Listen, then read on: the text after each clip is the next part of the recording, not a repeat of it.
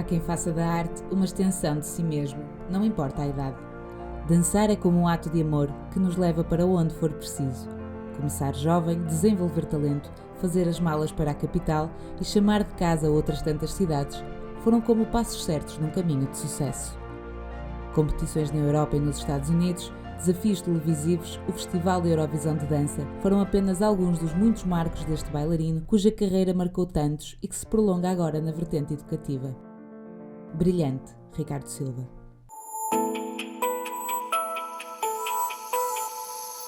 Ricardo, bom dia e obrigada por teres aceito estar aqui hoje. Olá, bom dia. Então, conta-me lá, como é que te surgiu o sonho de se tornares bailarino?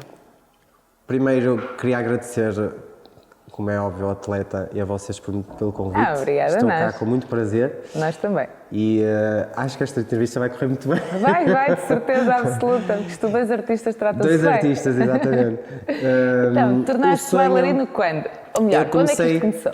Eu comecei tarde, bastante tarde. Ou seja, se eu olhar para trás, uma das coisas que me pesa é o facto de eu não ter despertado este lado mais cedo. Porque eu comecei, efetivamente, o que eu considero a sério é competir, não é? Okay. E eu comecei a competir por volta dos 18, 19, 20.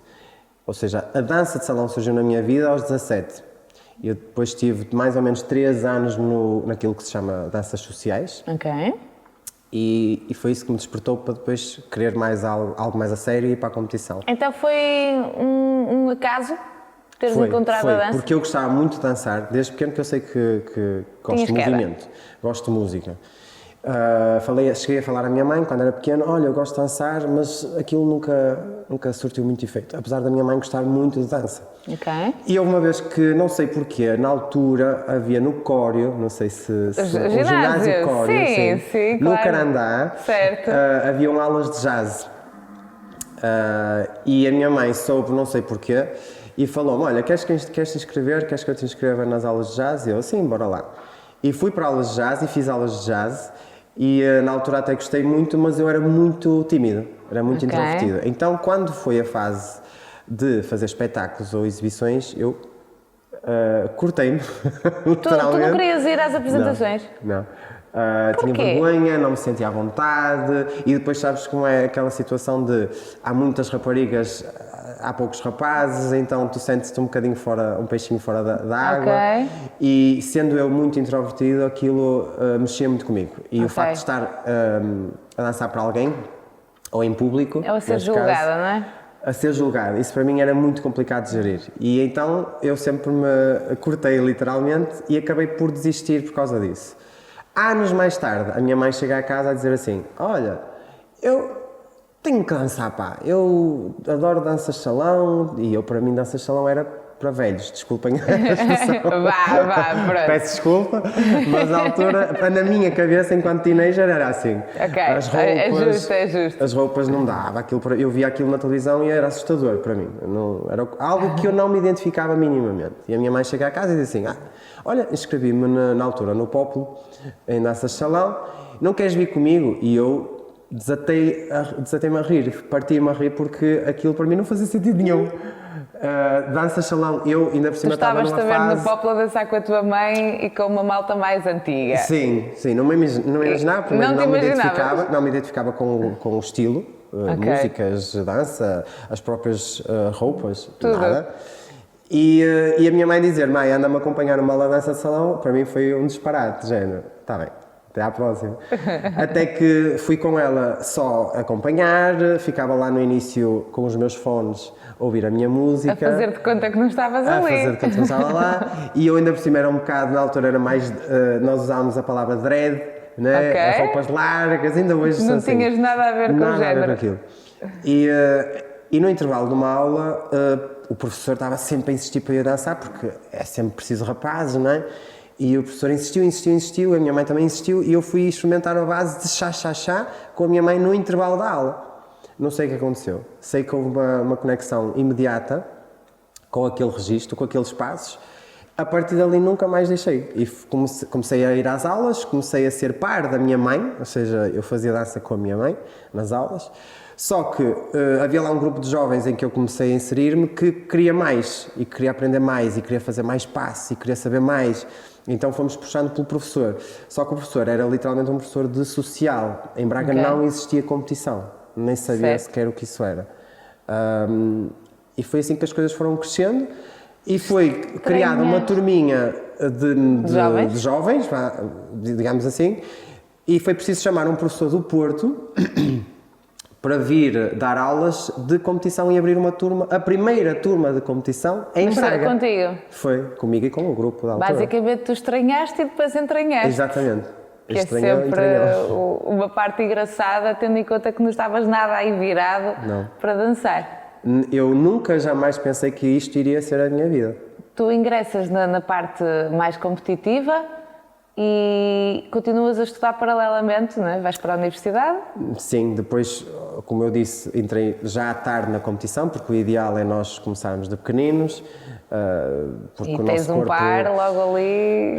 E depois nós temos um par fixo, não é um par que nós vamos sempre trocando, não é? Okay. Há trocas, mas quando as coisas não correm bem. Claro. É um trabalho que é desenvolvido a dois e o teu corpo convém que seja formado, não é? Desde miúdo. Vais a tempo. Sim, hoje em dia as coisas estão muito mais abertas, estão muito mais evoluídas e tu podes começar tarde e ainda construir qualquer coisa. É possível. Na altura era muito complicado, portanto eu tive que trabalhar bastante para conseguir alguma coisa, o que é alguma coisa para um português. Sentiste que estavas a correr contra o tempo, ao fim e ao cabo? Sim, sempre. Tive essa pressão sempre de perceber que eu estava a correr numa corrida contra o tempo. E quando trabalhas com o teu par, com quem estiveste bastante tempo, não é? O meu primeiro par a sério, porque eu tive um par antes que eu não considero bem a sério, porque estava ainda à descoberta da competição, porque eu comecei, quando tu vais para a competição, tu vais para um escalão de iniciados, de iniciação, não é? E a SAN para mim foi assim um bocado perdido. Gostei, mas não gostei. Foi a mesma sensação que eu tive no jazz. Certo. Expor-me, ser julgado, e ali tu és mesmo avaliado. Tens voltaste a ter aquele vislumbre dos medos exatamente, a ter esse feeling. Então parei outra vez uma fase. Mas aquilo realmente era uma paixão. E eu percebi... Falou mais alto. Falou mais alto, sim. E eu acabei por voltar. E ao voltar estive com essa pessoa, com a Tânia, um beijinho para a Tânia. Podes mandar beijinhos. Beijinho. Lá para casa. A Tânia Seixas, que me acompanhou, acho que nós dançámos 8 anos juntos. E como é que é trabalhar diariamente com a mesma pessoa? Nós tínhamos feito isso. Não se trata só de coreografia. Não. São muitas horas juntos. É que tu passas a ter uma vida de casal. Claro. Nós não éramos um casal, mas é como se fôssemos, vivêssemos a vida de um casal, porque são muitas horas. Era raro. É? Aconteceu isso com outros pares, porque entretanto eu tive outros pares, mas com a Tânia nós tínhamos feitios muito compatíveis. Nós éramos mesmo muito amigos e dávamos mesmo muito bem. E éramos palhaços da mesma maneira, tínhamos a mesma visão em relação à dança, queríamos os dois trabalhar da mesma maneira, portanto tínhamos muito em comum na altura, tínhamos a mesma ambição. Portanto, era difícil nós discutirmos. Há uma compatibilidade gigantesca, por isso não é? Eu acho que nós dançámos tantos anos, porque eu considero 8 anos uma parceria longa. Muito tempo, claro. Porque efetivamente nós nos entendíamos bem. Até porque eu mudei a minha vida mais à frente. Em Biologia e Geologia, na Universidade do Minho, e a Tânia tem planos de Lisboa, não é? E a Tânia estragou-me, não estragou nada porque eu não estava bem. Se calhar não estragou, a Tânia veio abençoar aí o caminho. Sim. Quando a Tânia entra em Lisboa, o que é que tu sentes? Senti que ia perder o par, que na altura sentia que era para a vida, era quase um casamento. Eu acho que o engraçado desta modalidade é que vocês têm que se adaptar um ao outro, viver as dores e as alegrias um do outro. É um casamento, ao fim e ao cabo. É mesmo. E aliás, tu desistir às vezes pelo outro que também faz parte, e tu desistes daqui de Braga. Sim. E vais com ela para Lisboa. Eu não estava propriamente feliz no curso de Biologia e Geologia. Já estava no 3º ano. Eu sou de uma fase, sou velhinho. Ainda por cima tu já estavas finalista. Sou uma fase antes Bolonha, portanto pré. Tinha a fazer o 4º, depois o 5º era o estágio. A formulação do curso, sim. Pronto, mas já estava efetivamente no 3º. Tinha uma outra cadeira para trás, mas... Temos tantos. Faz Chegamos a cardeais, não é? Exato. Mas não estava propriamente satisfeito porque eu gosto de biologia, eu gosto da área de ciências, ou seja, eu considero-me um artista em algumas coisas, mas também gosto bastante da parte científica, é o meu outro lado. Acho que tenho várias... Tu és eclético. Sim, bastante. Acho que sou como o Fernando Pessoa. Ora? Muitos heterónimos. E essa parte da ciência agradava-me imenso e era aquilo que até me imaginava seguir enquanto via ensino. Certo. Sempre me foi incutido. Tu vias sempre... professor de ciências naturais? Sim. Professor de secundário. Eu sempre Qualquer achei que eu ia ser professor de ciências ou biologia ou whatever. Mas como em Braga na altura só havia o curso de Biologia e Geologia, e quis ficar em Braga, Palermo, não é? Então... Se calhar não. Se calhar não. Se calhar não, porque o destino acabou por te levar. Mudou, sim, tudo mudou. Eu fui, mas detestei Geologia. Não gosto mesmo de Geologia, não... Mais não um dá. motivo para aceitar. Não estava bem com essa parte do curso. E a Tânia mudou-se e queria mesmo ir para Lisboa, queria estudar algo que ela se identificasse, que na altura nós éramos dançarinos, ela queria algo ligado à dança, então pensou em concorrer para o concurso na FMH, em Lisboa, e existe mesmo uma licenciatura em dança, e esse curso abrange o clássico, o moderno, é mais via ensino, ou seja, não é para seres um bailarino profissional, mas para ensinar. Então aquilo fez sentido para mim, mudar de vida, em prol de um par que eu acreditava que funcionava, uma parceria que funcionava e que eu achava que deveria continuar, e ao mesmo tempo, vou quebrar com esta minha situação em Braga, bora... E essa tua insatisfação, ao fim e ao cabo. E bora experimentar ter novas experiências. E como é que foi essa fase em Lisboa? Tu acabas por fazer uma série de formações, não é? Além de continuares a dançar. Foi muito... É como tudo. Foi muito gira num aspecto porque eu nunca tinha saído de casa.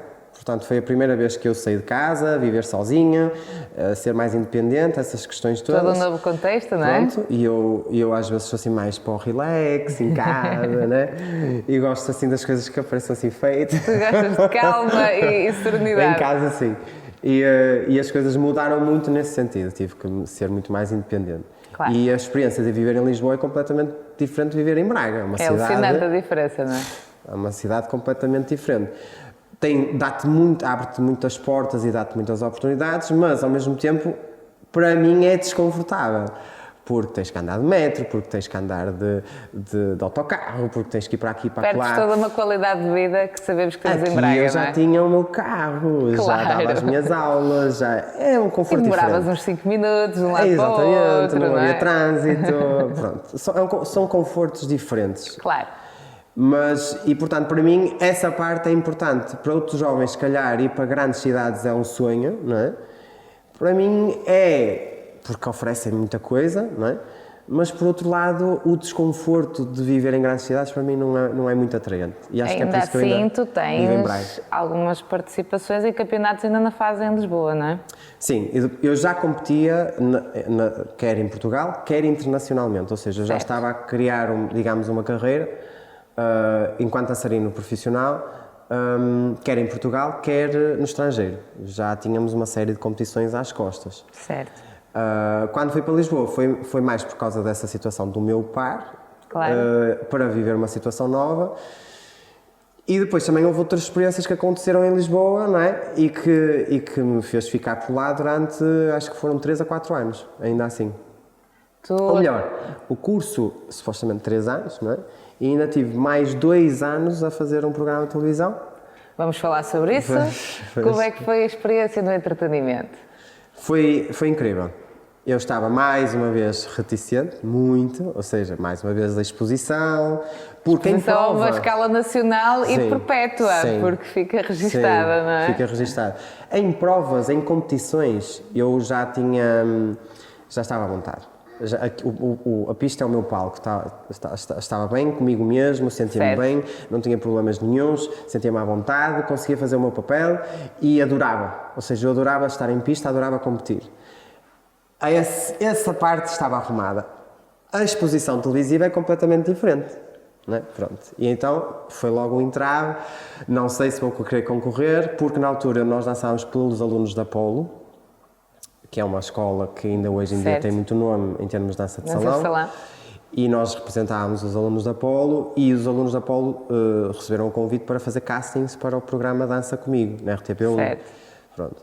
E então nós fomos convocados e chamados para fazer casting. E eu não sei, talvez não sei, vou pensar. Não ficaste eufórico? Vamos à televisão, isto vai ser um salto. Não, todos os outros foi tipo, espetacular, não é? Bora lá, querem passar estes castings, porque foram 2 castings, acho eu, ou 3, não tenho bem a certeza, mas eram mais ou menos 2 ou 3.